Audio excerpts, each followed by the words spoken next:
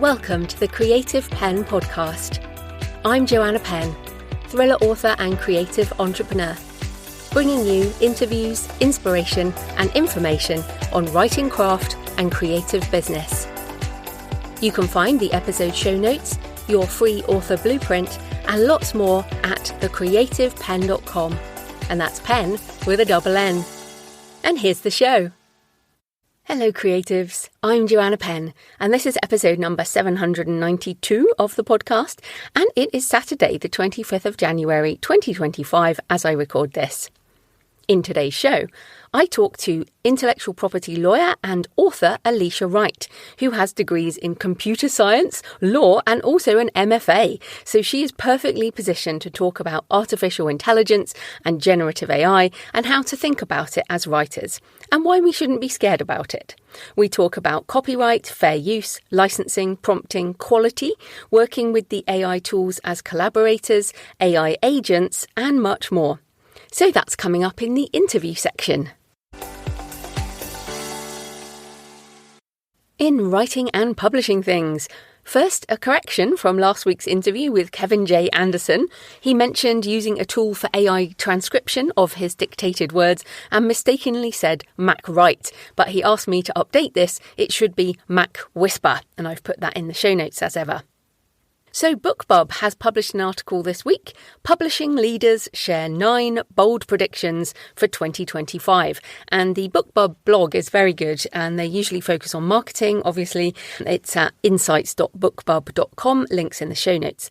So I'll just go through a few of these. Prediction 1, innovative new ways of consuming stories will emerge while digital formats will continue to grow in popularity. That it touches on library markets for digital and audiobooks and AI-driven personalisation, which I think is an interesting trend. 2, legal frameworks and licensing deals will develop to govern the use of generative AI as adoption soars, and I've got another news piece coming up on that. 3, AI-enabled translation and narration will open the door to more authors offering their books in new languages and formats. They have a quote from Michelle Cobb, Executive Director of the Audio Publishers Association, who said, "Human narration is still at the forefront of what audio publishers do, though the integration of AI and automation tools has made audiobook production easier, especially for post-production. Additionally, titles that would not previously have reached the sales threshold for human voice production can now be produced, allowing for greater accessibility of the titles in the audio format. 4, new tools will remove barriers to publishing, ushering new voices and compounding existing discoverability challenges. Elizabeth Ann West, author and founder of the Future Fiction Academy, says, as self-publishing democratized distribution, AI is democratizing creation. People with full-time jobs or responsibilities, health challenges and disabilities, neurodiversity and more are able to write and publish at the speed the market now requires. And Alex Newton, founder of K-Lytics, says, AI breaks down the last barrier to writing the book you want to write, whatever your barrier is. Outlining, plot, writing craft, research, grammar, spelling, you name it. Every person on this planet has at least one or more stories to tell. We will see more of them." And I love this. And some people are scared that if everyone in the world wrote a book, it would just mean an absolute nightmare in terms of too many books. In my mind, if you think about as a writer, even if you wrote a lot of books, the most prolific authors in history, like Isaac Asimov with 400 books and Nora Roberts who writes a book a month and, all of that, then if you think about how many books we read compared to how many books we write as authors, as soon as you become somebody who wants to write, you're going to read, whether that's books on craft, whether that's other books in your genre. So anyone who wants to write is also going to read. Therefore, in my mind, we should encourage every single person in the world to write a book, because that will mean a hell of a lot more people will be reading. Unfortunately, I don't think most people want to write. Truly. And the stats are that not everyone is reading either. Jonathan and I were talking about this the other day, like the number of people who actually read books and talk about books is just so small compared to the number of people talking about music or film or TV shows. So yeah, let's just encourage anyone who wants to write, however they do it. 6. Author businesses will thrive thanks to efficiency enhancements from new technologies. This is where I am quoted, and I say, AI agents will handle many publishing and marketing tasks, allowing single author businesses to thrive by focusing more on creativity while efficiently managing operations. The article also covers hybrid publishing and other business models, fighting censorship and book banning, building community with authenticity, as well as fan-driven promotion, author-entrepreneur businesses, and much more. It is a comprehensive article with lots of quotes from different people in traditional publishing, in the indie market, so definitely check that out at the BookBub blog, link in the show notes. So I know we're going to come on to more AI in the episode interview with Alicia, including agents, but we also recorded this before OpenAI launched Operator. It's not available to me here in the UK, but some people have it in the US at the moment, and this is the new agent model. And essentially what the agents are, they can log on and do things on your behalf, and that's essentially why I said that about AI agents will handle many publishing and marketing tasks. And Alicia and I talk about it in a more sort of an overall framework in the interview, but I wanted to mention that Operator has been launched. I'll link to an article in The Verge about it. You can watch some video. There's certainly lots of videos on X and in fact, one of the videos is someone using an OpenAI's Operator to discover things on Kickstarter, which I thought was awesome. But certainly by the end of the year, there will be agents in many of the tools we already use. I will be using them as soon as I can, and I will, of course, demo in my Patreon when I get access. So still with AI, but also the adoption in traditional publishing. Bertelsmann, who own Penguin Random House, as well as a whole load of media companies across print, radio, music, film and TV. Seriously, if you look up Bertelsmann and what they own, it is enormous. They have agreed a strategic collaboration with OpenAI, who own ChatGPT. Bertelsmann intends to work with OpenAI to expand and accelerate the use of AI in the media, services and education sectors. Bertelsmann is one of the first European corporations to scale the OpenAI technology ChatGPT across multiple brands around the world. The agreement includes employees' use of ChatGPT as well as the development of new products and services. A few comments from the press release, again linked in the show notes. AI has enormous potential to drive innovation, efficiency, and creativity. We will continue to support the work of our creative professionals through a targeted and responsible use of AI. We're thrilled to be working at the intersection of AI and media. That's what I consider I'm doing too, working at the intersection of AI and media. Bertelsmann's goal is to support the creative process in its content businesses with generative AI wherever possible. So yes, we are content businesses, creatives. And this is one of the biggest publishers in the world embracing generative AI.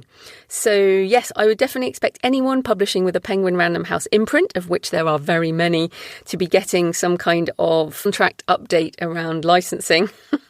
But yes, keeping an eye on that. And of course, in the upcoming interview, Alicia and I don't discuss politics, as I generally don't. But since recording the interview only like a couple of weeks ago, President Trump has signed lots of executive orders, many around energy and AI acceleration, including a $500 billion new Project Stargate for AI infrastructure. So the tech acceleration has speeded up even since we recorded this interview. Interesting times indeed.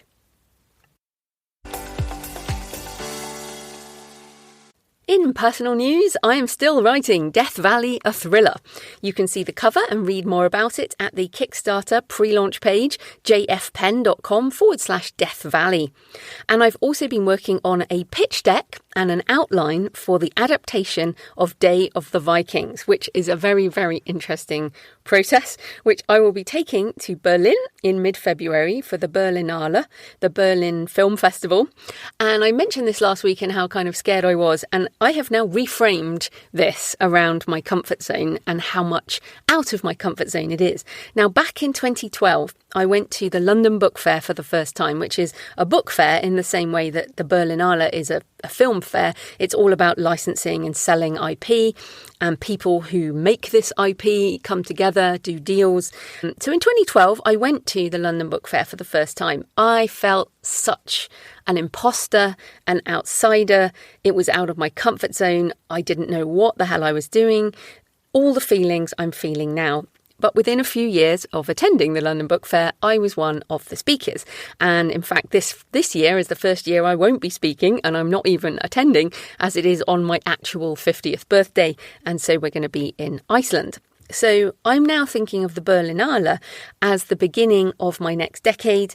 And if all I do is see how it works, get to know the venues, just feel how the whole thing works. Like, I remember going to Frankfurt Book Fair, and it was kind of the same thing. Like, once you've been to these things and you understand how the meetings work, what kind of apps they use, what rooms to go to, you start to get to know things. And if I can organise a few meetings, of which I already have one in the diary now, then it will be amazing. Also, I'm going to revisit the Pergamon Museum, which was part of the inspiration for my thriller End of Days. One of the last times I was in Berlin, and that is awesome. The Ishtar Gate is there from ancient Babylon, and so yeah. Look forward to seeing some pictures of Berlin on my Instagram at JFPennAuthor. And so, yeah, I'm kind of just letting go of expectation. I will prepare in advance. I am now accredited for the film market, so that's awesome. I basically said I am a author and rights holder looking to license my work, and so I got accredited. I'm preparing in advance. I have great hopes and ambitions, but low expectations. And we will see how it goes. If you are in film and TV, and thanks for those people who have contacted me, it's very useful. If you're in film and TV, have tips, or you're going to Berlin and can meet up, please also email me, joanna@thecreativepenn.com. Right, so thanks for all your emails and comments and photos this week. There were lots of them, which was awesome. Here's just a few comments. @RePossible on YouTube said, "Oh, this was so good," for the interview with Kevin J. Anderson. For some reason, even though I've been doing it for years, I do feel justified that my creativity is heightened when I'm not at the computer, but rather out in nature. Kevin talks about how he broke his ankle and couldn't walk, so his productivity went down by 50%, and @RePossible understood that. Lois says, "Wonderful podcast. Kevin is a master teacher. One of the best and most enjoyable things I've ever done is to enroll in the master's program in publishing through Western Colorado University. With Kevin as the director, you can't go wrong." Thanks, Lois. I'm glad you're enjoying that. Simon sent cute pictures of his dogs, Luna, the black standard poodle, and Amber, a miniature doodle, out walking while listening. And Tyler said, "Love the episode with Kevin, and attached is my photo of where I listened. In my office, I'm holding the manuscript of my 11th novel, currently in editing. I truly don't believe I would have come this far without finding you and your show." Lovely photo of Tyler holding up his printed manuscript, and the look on his face. I totally understand that look, Tyler. The look on Tyler's face says, "Look what I just made," and it's such a wonderful smile. So yes, I always love to see your photos of things you've made, like books, and where you're listening to the show, or your favourite cemetery or church or Gothic cathedral. I love those. So please leave a comment on the podcast show notes at thecreativepenn.com, or on the YouTube channel. Message me on X @thecreativepenn, or email me. Send me pictures of where you're listening. joanna@thecreativepenn.com. I love to hear from you. It makes this more of a conversation. So today's show is sponsored by my wonderful community at patreon.com/thecreativepenn. Thanks to the 6 new patrons who've joined this week, and thanks to everyone who's been supporting for months and years. If you join the community, you get access to all my backlist videos and audio covering topics on writing craft and author business, as well as tutorials and demos on AI tools, and my patron-only Q&A solo episodes. And we have live office hours coming up this week.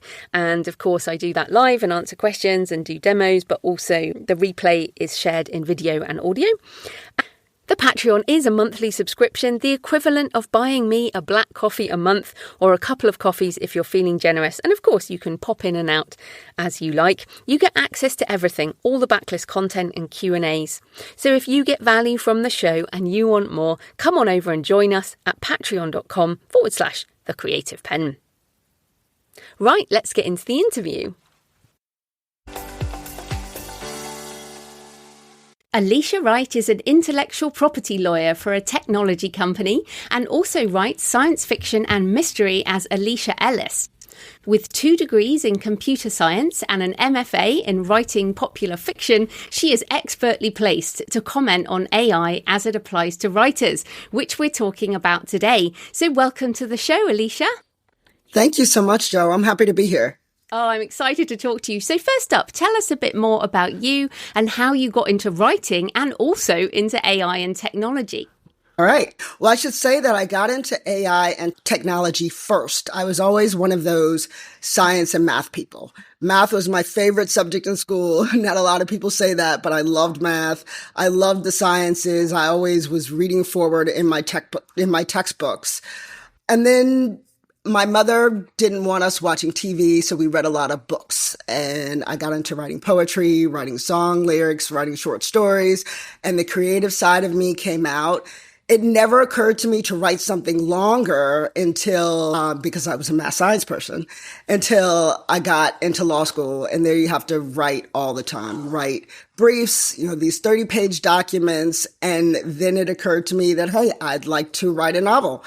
So I would say the technology interest was always there, and the creative interest, the writing came later. And in my work as a patent attorney, I have encountered AI-related applications throughout the years, even generative AI technologies as far as 10 years back. So I had an interest in that even before it became relevant to the writing industry. So when did you get into writing fiction? Like, how many years have you been writing fiction as well as doing your incredible job? I have been writing fiction, specifically long-form fiction, for as long as I have been a lawyer. And the time is almost exact. I know this because I was in my final year of law school and sort of had this crisis, like I'm graduating law school. Do I want to be a lawyer? And I spent time thinking about that, just sat down for really a day and went through what I would do if it wasn't law. And I decided that I did want to do law, but I also wanted to write novels. And as soon as I graduated law school, I enrolled in some local writing courses. So I've been practicing law and writing for the same amount of time. Which is approximately? 17 years. Fantastic. Yes, but I got into indie publishing, maybe 2013, but I've been writing for 17 and a half years. Brilliant. So you mentioned there that you, obviously as a patent attorney, you look at AI applications, and you did mention using a bit of generative technology there. So how do you currently use AI tools as part of your creative and business processes? In my business work, well, I see a lot of AI technologies in what I'm writing patent applications for, and that's what I was referring to before. But in managing a patent portfolio at the cybersecurity firm where I work right now, I definitely use AI technologies to help inventors organize their thoughts when they submit to us, to do analyses. Sometimes I'm dealing with a huge patent portfolio, and AI can help organize the analyses and my thoughts on that. In my writing, I use it mostly at the planning stages as a brainstorming partner. I love AI as a brainstorming partner. I always tell it that it's my junior partner because it tends to go off on its own, and I like to reel it in to run the show, if you will. But I give it my ideas. Often I'll ask it to say, give me 5 ideas how to put these things together, or give me 10 ideas how to put these things together. And even if they're bad ideas, it helps me sort of organize my thoughts. Like, why don't I like these ideas? So together we walk through what I want to do. We create a save the cat outline, which I usually started off once we have all the ideas on the table. I ask it to create the save the cat outline. And usually I have a lot of changes. We make those changes and then we'll break it down into a C list that follows the 3-act structure. I often have it generate character sketches and setting sketches because honestly, I'm no good with thinking about what does this setting look like? Like what kind of house is this? Bricks, facade, I don't care. And so the AI is really helpful with that. And there's a lot of editing, a lot of back and forth. AI is a great partner for brainstorming and plotting. When we get into the writing, my authorial voice is really important to me, in part probably because I have diagnosed OCD. I have experimented with using AI in pretty much every aspect of my process. But for me personally, the writing part I have to do because I will spend more time editing AI output than I would have just writing it myself. So I tend to use dictation and input the dictation output into, say, ChatGPT to clean it up, and they'll catch the dictation error. So I have a much cleaner copy going forward. And when I'm done writing, I'll use a little AI for developmental editing. I love that. You sound similar to me in the way you're using it. You're using the word partner, your junior partner, your collaborator, and you use the word we, which I really like as well, because I feel that too. Like with Claude, I feel this is almost my not so much co-writer, but like you said, collaborator. It really is a backwards and forwards way of doing it. And I can hear the smile in your voice, and I have a smile in my voice as well, because this is fun, right? This makes it more fun for us. It's so fun. And I feel like my work is better, that this brings out a better side of me, connections that I hadn't made, problems that I didn't foresee. It's having a partner. And so that it's improved. It's not just me. It's me plus some, quote, artificial intelligence. So. Yes, no, so we could geek out about how amazing it is all day, but I did want to ask you about some of the objections that authors have, because you did this great talk at Author Nation and you were so clear on it. And I don't think there are many people in our community who have degrees in computer science and law and an MFA and are an active indie author. I think you're the only person, right? Maybe. Maybe. So let's start with one of the most common objections from authors, which is AI companies stole our work. So what are your thoughts on this and how does it relate to fair use? So when I think of the word stolen, I think of an illegal taking. So I think, are we talking about copyright infringement here? I would say, in my opinion, that the work is not stolen. And the reason I phrase it that way, my opinion, is because I'm sure a lot of folks know there's ongoing litigation about whether the use of copyrighted works in training data is copyright infringement. And until those are actually decided, until those cases are actually decided, I can't say definitively, but I feel pretty confident that the training of AI using copyrighted works is fair use. Fair use is an exception to copyright infringement. Basically, it says, yes, we copied copyrighted works, except we did it for a use where this exception is cut out. And fair use exists in order to allow us to grow from existing copyrighted works, this to spur creativity so that you can create based on what already exists. And one of the key factors, there's 4 factors in the US that courts consider for fair use. And one of the key factors is your use transformative? And I think that's really important to what fair use is about. Have you created something new? Have you created something that can be used in a different way? And I feel strongly that the use of copyrighted works to train AI is so transformative and is what fair use is about. There's case law that's related to using copyrighted works even for AI in the past, but not for generative AI in the way we're talking about now. And I feel that the case law is pushing U.S. courts towards saying that this is fair use. We will see probably in a couple years for sure, but I would say that I don't feel like AI is theft. I feel like it will be shown at a later date that AI is not theft, but I can't say 100%. I certainly think that it is premature to say that it is theft.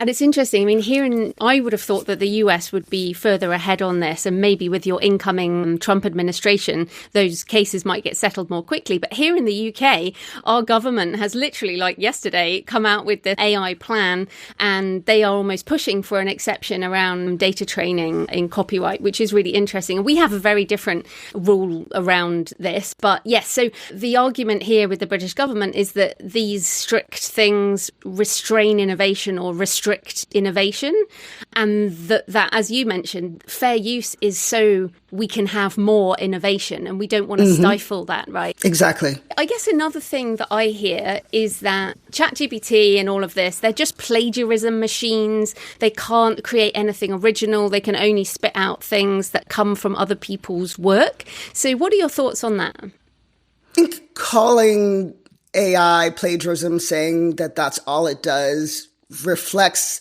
a basic misunderstanding of how AI works at a technical level. These generative AI models at their core are statistical models. They've taken in, read, if you will, millions, billions of pieces of writing or images in the case of the image generators. And based on basically statistics, there's a lot, it's much more complex than that, but I'm going to simplify it by saying it's a statistical model. It determines what token, a token could be a word or a symbol like a period, what token comes after the previous token. And it forms output based on that one token at a time. And the reason I want to emphasize that it's one token at a time is that you're not lifting even phrases from existing work. It's not at the phrase level. It's at the word level, just like you and I write. You can't take a combination of words taken from millions of other works and say you plagiarized it because you took a word that was over here and a word that was over there. It's not a logical reflection of how AI works at the technical level. Asking, can it create something that it can only create things that already exist, I would say humans also can only create things that already exist. We all learn from what exists. You're gonna see cliche phrases in AI output because statistically you'll see words together that you often see together in writing. So you're gonna see things like she released the breath that she didn't know she'd been holding because you've seen it in a lot of other works. But in the same way that's not plagiarism when you write it, it's not plagiarism when the AI writes it either. What about, see, I keep hearing as well, people say, oh, this is a crap book. It must have been generated by AI, with the assumption that only bad quality writing can be generated. So given that you and I use this a lot, our prompts are very, very different to somebody who is brand new to generative AI. Do you think that the quality, and I know quality is a tough word, but is the quality of writing from generative AI when you use the right prompts? What's your opinion of that? I think prompts make a huge difference. And especially if you're using AI for the writing part, say for a first draft or for a final draft, however you use it in the actual writing part, I think it's important to prompt it to write like your authorial voice. And the more you do that, I think it's going to be closer to you and may even be better writing, assuming that your author voice is well developed. I think if you just ask the AI, well, I've seen from experience that if you just ask the AI to write something, it's not necessarily going to be a style that's appropriate for what you're writing. But the more specific you are about how that writing should look, or even give it samples of your writing, describe your own writing, the writing gets better. And by better, I mean closer to what you as an author want it to be. The more specific you are in your prompt, the more you learn how to talk to the AI in a way that it interprets the way you want it to. Yeah, I agree. I find that, sometimes my prompts can be like 100 words. With Claude, I'm prompting with whole sentences and beats and all kinds of things that at the beginning of my use I didn't necessarily know how to do. And I feel like the more you use it, and again, coming back to the co-writer idea, the collaborator idea, it's like working with another person. And you mentioned your OCD. I'm not OCD, but I'm certainly into control around my writing. And I found it very hard to work with a human co-writer, but I love working with Claude for this reason. But it's developed over time, right? You don't just do it from your first interaction. Right.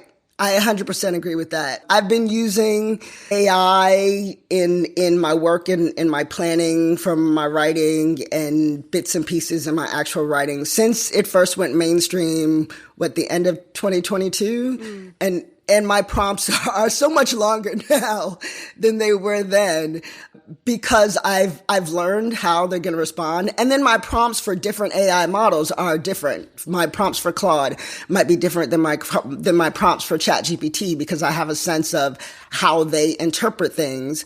And my prompts have gotten more specific. And I chain my prompts together because that's something you learn. It's a skill, using generative AI as a tool. Yes.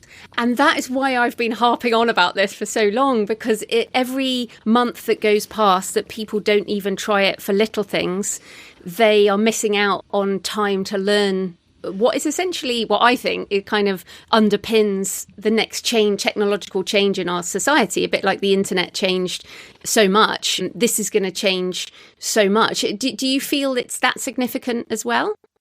That it's going to change a lot? Absolutely. And there's a lot of change that I look forward to. I'm interested in how the writing industry is going to look when these legal cases are decided. Speculate and say that it's determined that it is okay to train AI models based on copyrighted works. I'm interested to see how those who are so anti-AI in the writing industry would respond to that. But more than that, I'm interested in what's coming next, what's going to happen with AI next. I'm hard of hearing, and I'm really looking forward to outside of the writing industry, some sort of captions. They're making smart glasses. I want smart glasses with captions. I'm just waiting for it. I'm rubbing my hands together. I can't wait. Some of this stuff is going to be life-changing.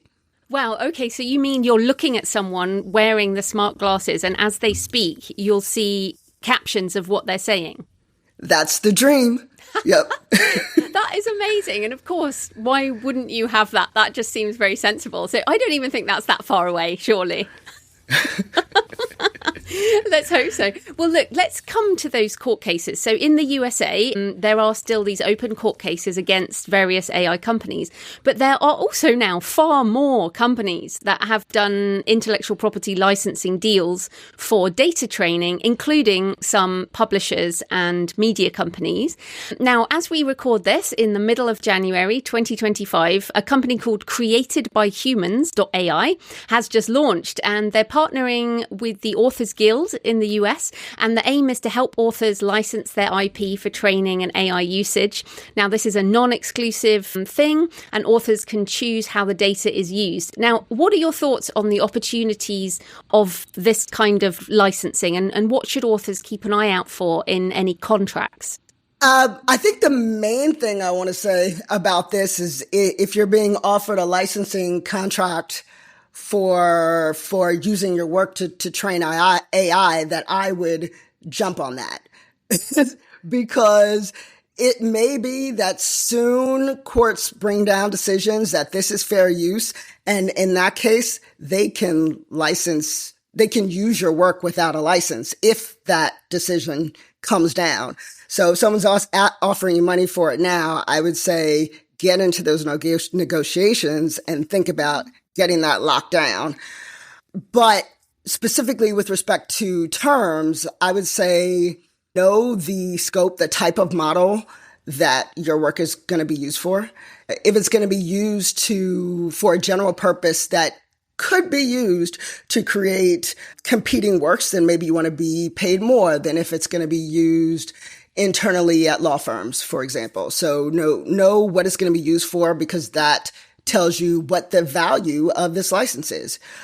I would say make sure that your terms don't include derivative works or are very specific about what derivative works are included in what you're giving, because you don't want someone using AI to generate works that are directly based off your work, like sequels. Just make sure that that's something that's out of the scope of the license. I would exclude anything about sublicenses unless you're getting paid for a sublicense. Ideally, put a term on it, on the licensing of your work, because this area is developing and you don't know what's going to happen 5 years from now, 10 years from now. There may be whole new clauses that you want in there because of how technology has developed. So I would personally try to avoid a license that's 20 years or the term of your copyright, because you want to be able to develop that license as the technology develops. I would also limit how your work is going to appear in outputs, meaning the percentage of your work that can appear in outputs. It is unlikely that with a general purpose chatbot where millions or billions of works are used to train, that your work, a significant portion of your work would appear in the output, because it wouldn't have that large an input on the statistical model that is the AI model. However, you don't know how big the model is going to be or how many works are going to be used to train it. So I think it could be worthwhile to have a percentage, say only 2% of my work at a time can appear in any given output, because that's something that they can program as a layer above a generative AI model, so that it sort of screens that before any output gets put out to a user. So that's something that I would have in there as well. In general, make sure your contract has remedies so that if there's a breach, that you can cancel the contract, for example, as opposed to just getting paid out, or whatever remedies you prefer. Make sure they're outlined in there. And ideally a right to audit what's happening with your work in the training, so that you can take advantage of those remedies. Because if you can't see what's going on, then the remedies aren't doing you much good. Those are all really useful things. But it's funny because the first thing you said was get into this because things might change and we might not get anything if it becomes sort of fair use. But the other thing I thought is we almost have a burning platform on the creation of synthetic data. So I've been looking at the OpenAI's O1 model, and some people are saying that the reason it was created, or one of the reasons, is because it can create really good synthetic data to train the O3 models. And I was wow. Yeah, I know. And I was like, wow, if they can do really good synthetic data, they don't even need to take our data. Although I guess the original sin as such may still stand. I don't know. I mean, any thoughts on that? Well, I hadn't heard that about the O1 and the O3 model. But synthetic data, that's something that I'm excited about, because I want these models to improve. I want them to use my work to train the models. Me too. So that it can write more like me, make my job easier.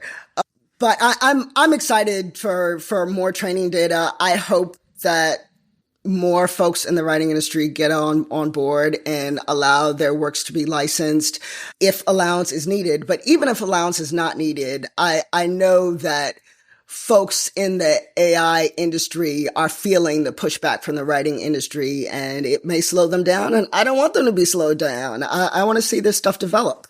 And it's interesting that you both want our data in the models. And partly, I also think there's a big change in generative search, in that I mainly use ChatGPT now to do my searches. So I've been trying to do sort of book discovery, give me 10 books that are action adventure thrillers with a female protagonist, set in this area. And then it gives me 10 and I'm like, well, what about this book by J.F. Penn? And like trying to train it almost to think of my books as well. And what do you think about generative search and people using these models for searching? And if we're not there, we just won't be found. If we're not there, they just won't be found. What do you mean by that? Well, as in the models have access to certain data and certain data that's on the internet. So a lot of the time it can look at Goodreads or it can look at Amazon. But it's like, I want ChatGPT and Claude to know JF Penn, so that if someone is searching for something to read, and a lot of the apps that go on top of things now are powered by these tools, I want the models to know my writing so that it can promote me or recommend me if people go looking for things that like I write. Oh, for sure. I know there are anti-AI folks in the writing industry who don't want AI anywhere near their work. I'm more what you just said. I want AI to be able to find me. I want AI to be able to write more like me. I believe strongly in my own creativity and my ability to create something that is specifically me. And because of that, I'm not concerned about AI being near my work. I want it to help me. I'm not scared about how its use is going to impact my marketability because I know what I've got. I love that. And I actually think the same thing. And I wonder if this is creative confidence that comes from, like, both of us have been 17 years writing. And previously I was in tech as well, not quite as deep as you, but I'm confident with tech. So this kind of creative confidence in our own work and in our own worth that some newer writers might not have, I guess. So is there anything you can say to newer writers who might not have as much creative confidence as you? This may be strange coming from someone who is very fond of AI. I have a lot of fun with it, but I would say that maybe building that creative confidence means not using AI for a while. It means discovering who you are as an author, what sort of things you like to write before bringing in a partner, be it AI or a human writer of another sort, to really find your uniqueness and your identity as a writer before you start adding tools into the mix. That is actually a really good point. You and I have both already done enough books, I guess, and written enough that we're confident in our voice that we found before AI. But then I just wonder if maybe people who are younger in the usage of these tools, or people, younger in their journey or just physically younger, are going to do things differently. Like you and I grew up iPhones. We grew up without television. My mum was the same as your mum. We weren't allowed to watch TV until I was about 12. So I feel like maybe people will develop their voice differently now. That's a really good point. And I honestly don't know what that will look like, but I'm excited to see it. Yeah, me too. Okay, so let's just circle back on copyright, because another sticking point for authors in using these tools is they're afraid that they won't have copyright in their finished work if they use AI tools in any way. So where's the line here? And I guess how is it in the US? Because it's different in the UK. Right.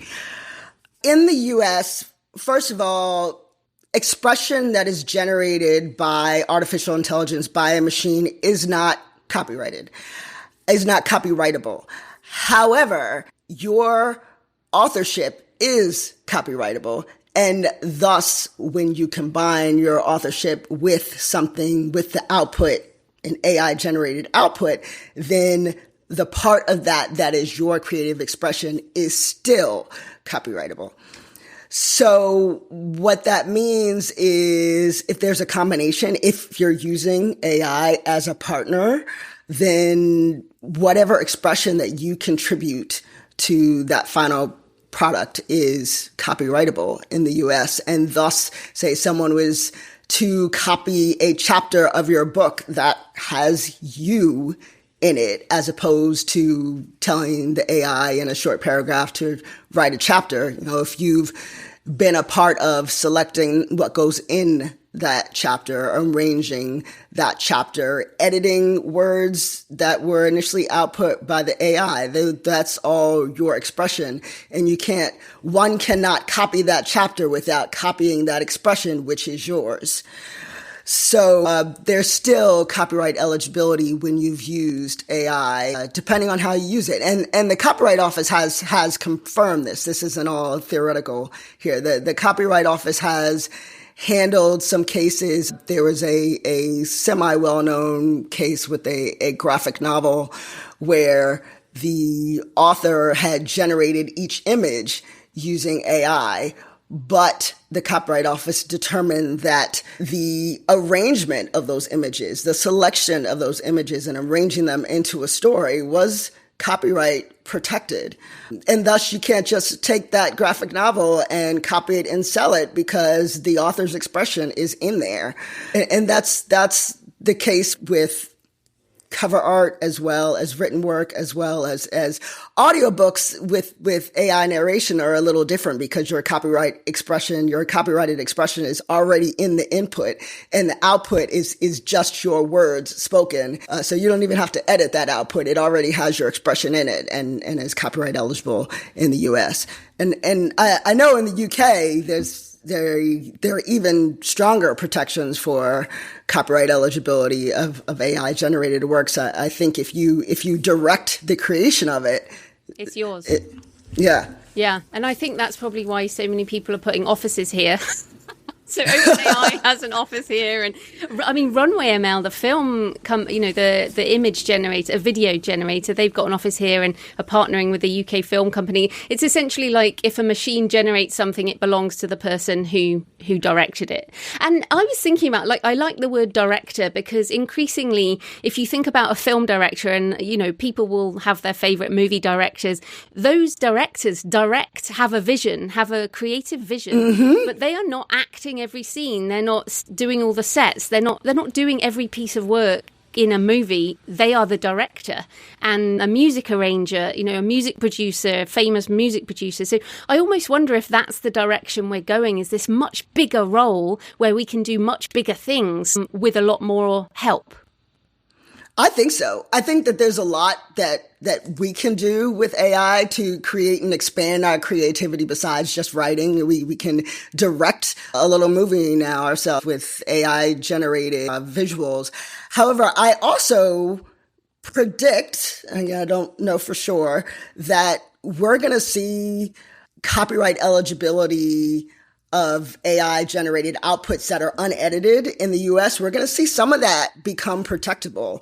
Right now, that's really shaky ground, except with the exception of audiobooks and the like. But it's really shaky ground, say that an AI generated image as is would get any kind of copyright protection. But I think we may see that depending on how specific your prompt is, that there may be some copyright protection based on the creativity that you put into that.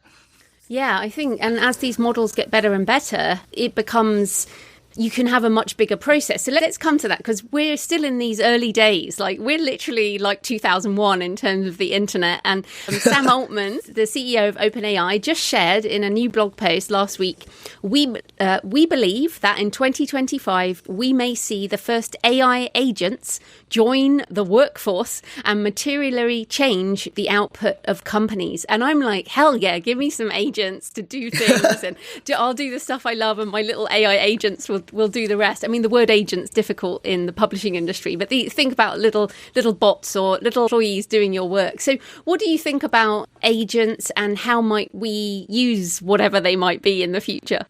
I personally love a social media agent, because I am no good at keeping up with what's going on. My social media accounts, they will go dark for a month and a half, and then I'll remember that I have them and should use them. So I'd love a social media agent. I kind of have a custom GPT, a prompt set up to help me plan my social media. And I've actually tried some products that try to be social media agents that I don't love. But I feel that the writing industry is going to be reluctant to take on these agents, just based on what I've seen about how protective the writing industry has been, some people in the writing industry, about related industries like cover artists and voice narrators, how protective they've been, wanting writers who want to use AI to hire a cover artist and being very insistent about that, some anti-AI folks, and being very insistent about hiring a human narrator for your book. I think that we may see that same protectiveness over virtual assistants. And when we're talking about these agents, like a marketing agent or a social media agent, these are things that one might hire a virtual assistant for. And I think we may see some pushback from this same segment of the writing industry that's opposed to using AI generated cover art. We're going to see some pushback saying, hey, you should hire a virtual assistant instead. Oh, I totally agree. But I think that people are going to use these things anyway, because especially coming back to creative confidence again, if you are strong in what you want, then actually using these agents, and you mentioned in like a chain earlier, a chain of prompts. And I just have these amazing ideas about how I want a chain of agents like doing book marketing for me. And there is absolutely no way it would be affordable to have that many humans do it, right? Absolutely. Yeah, affordability is a huge issue. If you weren't going to hire someone, I don't understand the objection to passing along to AI to do for you so that it gets done as opposed to not getting done. And I've actually used virtual assistants in the past, and it didn't work so well because I'm so particular. And first of all, I felt like a jerk wanting to tweak things all the time. I don't feel like a jerk when I talk to AI. And then it wasn't saving me time because of the amount of time I was spending tweaking things. So for me, this would be having an AI social media agent would be something that I wouldn't hire someone for anyway. I don't think that's a requirement for using AI, but it expands what we can do, right? Having these agents, having AI in general. And I love that. Yeah, I mean, I think marketing is probably the biggest thing that people want to use these tools for. And I see that one could almost have an agent per book even, who's responsible for making sure that book gets marketed. I mean, we've got multiple books, and I find myself marketing whichever one that catches my eye. But there's so much of a backlist I just completely ignore. So I'd really love to have things surfaced from my backlist of work, and also things like having an AI. I've just started using the tasks. Have you done that? They only just started it like yesterday, the ChatGPT tasks. Oh, I have not. I noticed it a couple days ago, and instead I started using projects. I recently restarted my ChatGPT Pro or Plus account. I sort of switch which AI I want to use at any given time. So right now I'm digging into the ChatGPT projects, but digging into the tasks is definitely on my to-do list. I'm hoping I can get it to remind me of stuff that we've generated that I need to do. Yeah, well, so for people listening, this is brand new. It's very, very small, as in you ask it to do a task and it will do something for you at a certain time. So I've just set my ChatGPT. So every morning it will bring me 5 headlines that cross the boundaries of archaeology, religion, architecture, genetic engineering. Basically, I gave it a list of things I'm interested in writing for my fiction, and then bring me 5 headlines that I can click through to that will just give me ideas. And that's something and so every morning I get this really cool message, and then I go just have a look, and it just helps me think about stuff. That's my first task. That's what I did. I love that. I'm totally going to steal that. I make a point to, since I'm into near future science fiction, I make a point to read technology magazines and subscribe to them. But then I have to actively go to those sources and read them. I love the idea of having them come to me like that. So I've just stolen your idea, Jo. Yeah, fantastic. Well, that's why I wanted to mention it, because this is an example of something where it will do some work for you and it helps you, but it's certainly not writing your book. So for people listening, please do steal that idea. That is a ChatGPT task. Right, so we are out of time. So where can people find you and your books online? As we said at the beginning, I write under the name Alicia Ellis. My website is writeralicia.com, and my social media handle across the board, across everywhere, is Writer Alicia. Writer Alicia. The most social media I use Instagram the most, and Blue Sky I'm just getting into. But like I said, I go dark for an extended period of time and then remember that social media exists. But writeralicia.com is the main place you can find me. Great. Well, thanks so much for your time, Alicia. That was amazing. Thank you, Jo. I really appreciate you. This has been fun. So I hope you enjoyed the episode today and found it interesting. I think Alicia is so wonderfully straightforward in her explanations. So I hope it helped you if you're still struggling with generative AI. And of course, things are going to change even faster this year with the US accelerationist government around AI. And as ever, I'll keep sharing here and in my Patreon about how the changes impact us. Let me know what you think. Please leave a comment on the podcast show notes at thecreativepenn.com or on the YouTube channel. You can comment on X at thecreativepenn or email me, joanna@thecreativepenn.com. Send me pictures of where you're listening or your favourite cemetery or churchyard. Next week, I'm talking about Aristotle for novelists and a strategy for selling more books with Douglas Vigliotti. In the meantime, happy writing, and I'll see you next time. Thanks for listening today. I hope you found it helpful. You can find the backlist episodes and show notes at thecreativepenn.com/podcast. And you can get your free author blueprint at thecreativepenn.com/blueprint. If you'd like to connect, you can find me on Facebook and X at The Creative Penn or on Instagram and Facebook at JFPennAuthor. Happy writing, and I'll see you next time.